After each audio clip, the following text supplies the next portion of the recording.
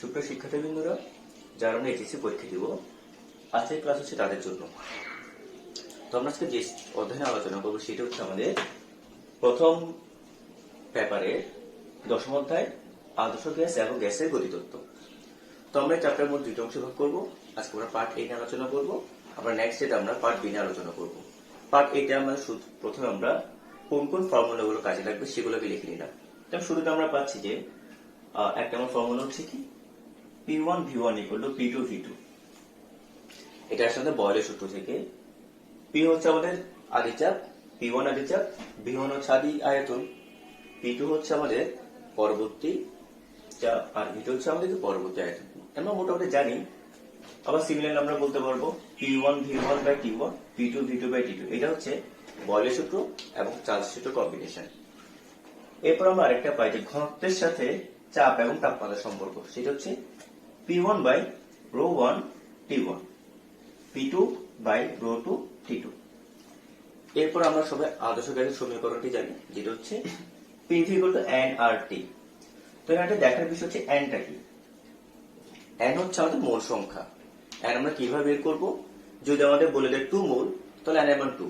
But অনেক সময় n এর মান বলে দেওয়া থাকে না। কিভাবে দেওয়া থাকবে? সাপোজ বললো যে আমাদেরকে 8 গ্রাম অক্সিজেন, তাহলে 8 গ্রাম, তাহলে এখানে দেওয়া আছে অক্সিজেনের ভর হচ্ছে 8 গ্রাম, তাহলে আমরা লিখবো 8 গ্রাম, প্রদত্ত ভর 8 গ্রাম, ডিভাইডেড বাই আণবিক ভর। আমরা জানি অক্সিজেন আণবিক ভর হচ্ছে 32, তাহলে আমরা এভাবেই আমরা n এর মান পেয়ে যাব। অর্থাৎ কোন গ্যাসের প্রদত্ত ভর ডিভাইডেড বাই ওই গ্যাসের আণবিক ভর হচ্ছে আমাদের মোল সংখ্যা। এরপর আমরা যেটা দেখবো সেটা হচ্ছে গ্যাসের গতিশক্তি = 3/2 nRT।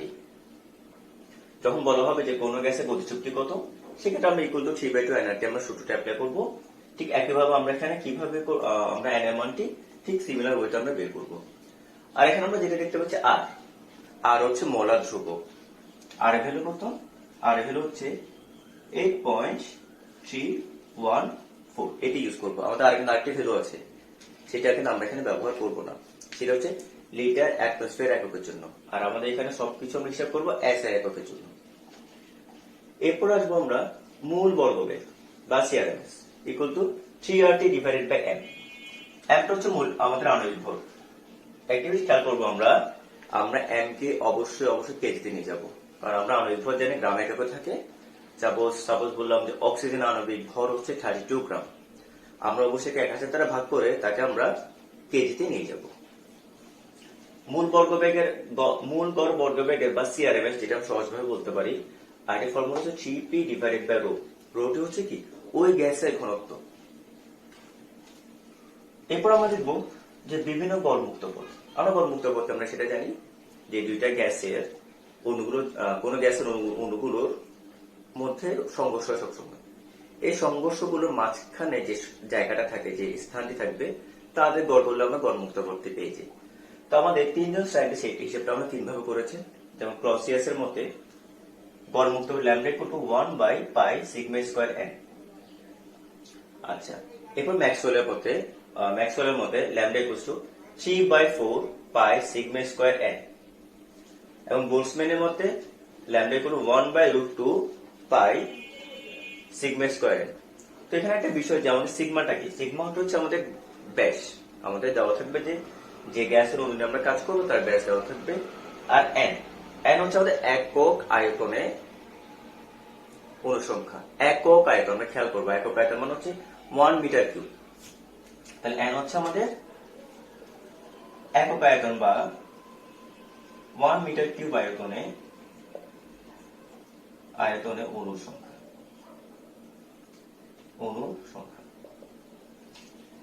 তো মাঝে মাঝে আমাদেরকে বলবে যে কোন সাপোজ আমাদেরকে বলে দিল যে একটা গ্যাসের সম্পর্কে বিভিন্ন উপাত্ত দিয়ে দেওয়া বললো যে সাপোজ ম্যাক্সওয়েল এবং ক্লসিয়াসকে নিয়ে আমার তুলনামূলক আলোচনা করতে হতে পারে। তখন যদি বলে যে কোন গ্যাসের ক্ষেত্রে সংঘর্ষের পরিমাণ বেশি হবে অণুগুলোর মধ্যে, তো আমরা দেখবো যে গ্যাসের যার হিসাব অনুসারে ক্লসিয়াস বা ম্যাক্সওয়েল যার হিসাব অনুসারে আমরা ল্যামডার মান কম, ল্যামডার মান কম মানে হচ্ছে কি গড়মুক্ত পথ কম মাঝখানে, তার মানে তাদের সংঘর্ষ অনেক বেশি হবে। আমি আবার বলতেছি, যখন ল্যামডা মান কম পাবো আমরা সংঘর্ষ বেশি পাবো। যখন আমরা ল্যামডা মান বেশি পাবো, মানে অনেক বড় জায়গা থাকবে আমাদের গ্যাসের অণুগুলো সংঘর্ষের মধ্যবর্তী, সেক্ষেত্রে অবশ্যই সংঘর্ষের মান কম হবে। তো আমরা এটা কিভাবে অ্যান্সার করবো? দেখবো যে ক্ষেত্রে আমাদের ল্যামডার মানটি কম, সেক্ষেত্রে আমাদের সংঘর্ষের পরিমাণ বেশি। আর যে ক্ষেত্রে আমাদের ল্যামডা মানটা বেশি পাবো, সেক্ষেত্রে আমাদের সংঘর্ষের সংখ্যা কি থাকবে? কম থাকবে। এটা আমরা খেয়াল করবো। এরপর আমাদেরকে যদি কখনো বলা হয় যে মূল বর্গ ব্যাগ নিয়ে, সাপোজ বললো যে আমাদেরকে দুইটি পাত্রের মধ্যে দুইটি গ্যাস দিয়ে দিলাম, আমি সবকিছু দিয়ে দিলাম আমরা, দেন বললো যে কোন পাত্রটা আগে খালি হবে, দুইটি পাত্র দিলাম, কোন পাত্রটি আগে খালি হবে। তো আমরা দেখবো দুইটি ক্ষেত্রে আমরা সিআরএমএস বের করবো। যে পাত্রে সিআরএমএস বেশি, সেই ক্ষেত্রে স্বাভাবিক তার ব্যাগ বেশি, তার মানে সে তত খুব তাড়াতাড়ি কি করবে, সেটা খালি হয়ে যাবে। তার মানে যে পাত্রে সিআরএমএস বেশি, যে পাত্রে গ্যাসের, সেই পাত্রের গ্যাস অধিক তাড়াতাড়ি কি করবে, শেষ হয়ে যাবে। এরপর গ্যাসের গতিশক্তি নিয়ে একটা প্রশ্ন আসতে পারে এভাবে, যে দুইটা পাত্র দিলাম, যে দুইটা গ্যাস একটা দুইটা পাত্রের মধ্যে, তাহলে আমরা বললাম যে কোন পাত্রটি বেশি উত্তপ্ত হবে। তো আমরা দেখবো যে পাত্র অণুগুলো গতিশক্তি বেশি, স্বাভাবিকভাবে সেই পাত্রটি কি হবে, সেই পাত্রটি অধিক বেশি উত্তপ্ত হবে। কারণ কি, গতিশক্তি বেশি মানে হচ্ছে কি সংঘর্ষ বেশি হওয়া, আর সংঘর্ষ মানে হচ্ছে কি তাপশক্তি উৎপন্ন হওয়া। তার মানে দুইটি পাত্রের মধ্যে, এগুলো একটু লিখবেন আপনারা, যে দুইটি পাত্রের মধ্যে যে পাত্রের গতিশক্তি বেশি, সেই পাত্রটি অধিক পরিমাণে উত্তপ্ত হবে। এরপর আমাদের নর্মাল কিছু আসবে, বাট আমরা সবচেয়ে একটা ইম্পর্টেন্ট যেটা, আমরা এটা নিয়ে একটু আলোচনা করবো, এই সূত্রটি নিয়ে। যেমন আমাদেরকে মাঝে মাঝে আমরা একটা বুদবুদে ম্যাথ আসে আমাদের, আমরা সবাই জানি বুদবুদে ম্যাথ সম্পর্কে, যে ওখানে বলে দেওয়া থাকে যে একটা রড ও তলদেশে একটি বুদবুদ আছে, তো সেটি যখন আমাদের রড উপরে তলে চলে আসে, তখন বুদবুদের আয়তন অটোমেটিকলি বেড়ে যায়। তো এই ক্ষেত্রে আমাদেরকে মাঝে মাঝে বলে দেওয়া হয় যে আমাদের হ্রদের আয়তন কত, বা হ্রদের গভীরতা কত। এই ক্ষেত্রে আমরা কি করবো? এই ক্ষেত্রে আমরা একটা জিনিস সবসময় আমরা মনে রাখবো, সেটি হচ্ছে আমরা সবসময় ধরবো যে 1 নাম্বার স্টেপ আমরা খেয়াল করি, আমরা সবসময় ধরবো P1 ইকুয়াল টু হ্রদের গভীরে চাপ। তো আমরা হ্রদের গভীরে, সাপোজ এটা হচ্ছে একটা হ্রদ, আমাদের পানি আছে, তো এর গভীরে একটা বুদবুদ আছে। আর কথা হচ্ছে এই বুদবুদের উপর মোট দুইটি চাপ কাজ করবে, একটা হচ্ছে হ্রদের পানির চাপ, আর এটা হচ্ছে তার উপরে বায়ুমণ্ডলের চাপ। তাহলে হ্রদের গভীরে যখন একটা বুদবুদ বা যে কোনো কিছু থাকবে, তার উপর দুইটি বল কাজ করবে। এটা হচ্ছে হ্রদের গভীরে চাপ, আর এটা হচ্ছে আমাদের হ্রদের তরলের চাপ, আর এটা হচ্ছে কি এর উপর আমাদের বায়ুর চাপ। তো সেক্ষেত্রে আমরা লিখতে পারবো দুইটি চাপ, একটা হচ্ছে বায়ুর চাপ, ধরলাম সেটা পি, আর হ্রদের গভীরে চাপ তরলের জন্য চাপের সূত্রটা হচ্ছে কি P equals to H rho G। ওকে, সবটাকে খেয়াল করবো আমরা, যে আমরা P1 ধরবো হ্রদের তলদেশে, সেটা লিখবেন যে P1 হচ্ছে হ্রদের তলদেশে চাপ। আমরা লিখি P1 হচ্ছে হ্রদের তলদেশে চাপ। তাহলে V1 দেওয়া থাকবে কি হ্রদের তলদেশে আয়তন। আমাদেরকে বললো যে, আমি একটু উদ্দীপক বলি, যে কোন একটি বুদবুদ হ্রদের তলদেশে আছে, সে যখন উপরে উঠে আসলো হ্রদের উপরি তলে, তার আয়তনটি 5 গুণ হলো। এখানে ভিউ আমাদের আয়তনের মান দেওয়া নেই, তো এক্ষেত্রে আমরা ধরে নিব যে V1 বা হ্রদের তলদেশে আয়তন V। ওকে, তাহলে হ্রদের উপরি তলে, তাহলে আমরা আয়তন কি পাবো 5V, যেহেতু 5 গুণ হয়ে যাচ্ছে। আচ্ছা, এটা আমরা খেয়াল করবো। তাহলে P1 V1 হচ্ছে হ্রদের তলদেশে চাপ, আর হচ্ছে হ্রদের তলদেশে আয়তন। P2 হচ্ছে হ্রদের উপরি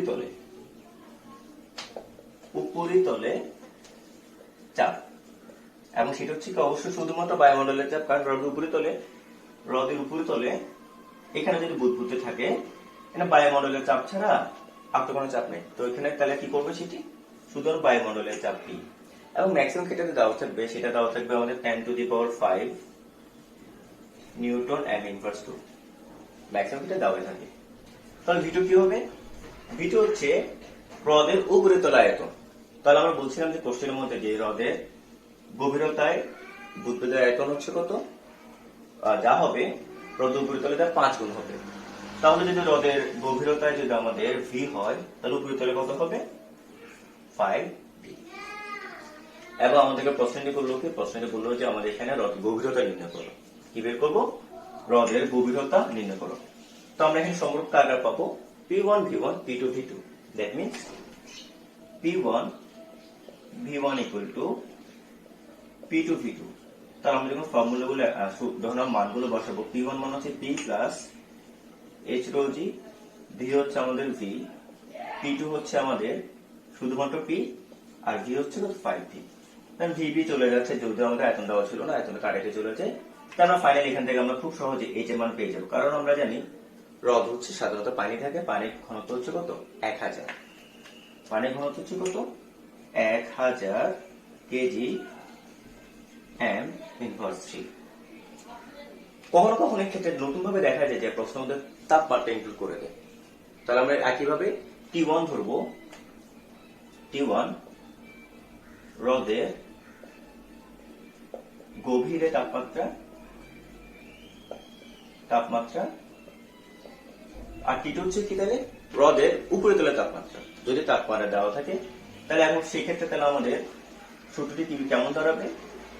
P1 V1 by T1 equal to P2 V2 by T2। তাহলে আমরা এভাবে অ্যাপ্লাই করে আমরা হ্রদের গভীরতা বের করতে পারবো, বা যদি কখন গভীরতা বলে দেয় তাপমাত্রা বের করতে বলে, সেক্ষেত্রে আমরা কি করব T1 বা T2 আমরা বের করতে পারবো। তো আমরা এতক্ষণ যেটা নিয়ে আলোচনা করলাম যে সূত্রগুলো দিয়ে, ওই সূত্রগুলো দিয়ে আমাদের কোন কোন বোর্ডে প্রশ্ন এসেছে, তাহলে আমাদের Dhaka board 2019, Rajshahi board 2019, Comilla board 2019, Chittagong board 2019, Jessore board 19, Dinajpur board 2017, Chittagong 2017, এবং হচ্ছে কুমিল্লা বোর্ড 2017, কুমিল্লা বোর্ড আর চিটাং বোর্ড হচ্ছে 2017। এই প্রশ্নগুলো, এই বোর্ড প্রশ্নগুলো যদি আমরা সমাধান করি তাহলে কি করবো আমরা, এই ক্ষেত্রে আমরা কি কি পড়তে হবে বা কোন ধরনের ম্যাথগুলো আসতে পারে, ওই আমাদের পার্ট এ সূত্রগুলো দিয়ে আমরা মোটামুটি সবগুলো সূত্র দিয়ে আমরা এই বোর্ডগুলো থেকে প্রশ্নগুলো আমরা পেয়ে যাবো। তাহলে আশা করি সবাই ভালো প্র্যাকটিস করবে। আর কারো যদি কোনো সমস্যা হয় অবশ্যই আমাকে জানাবেন।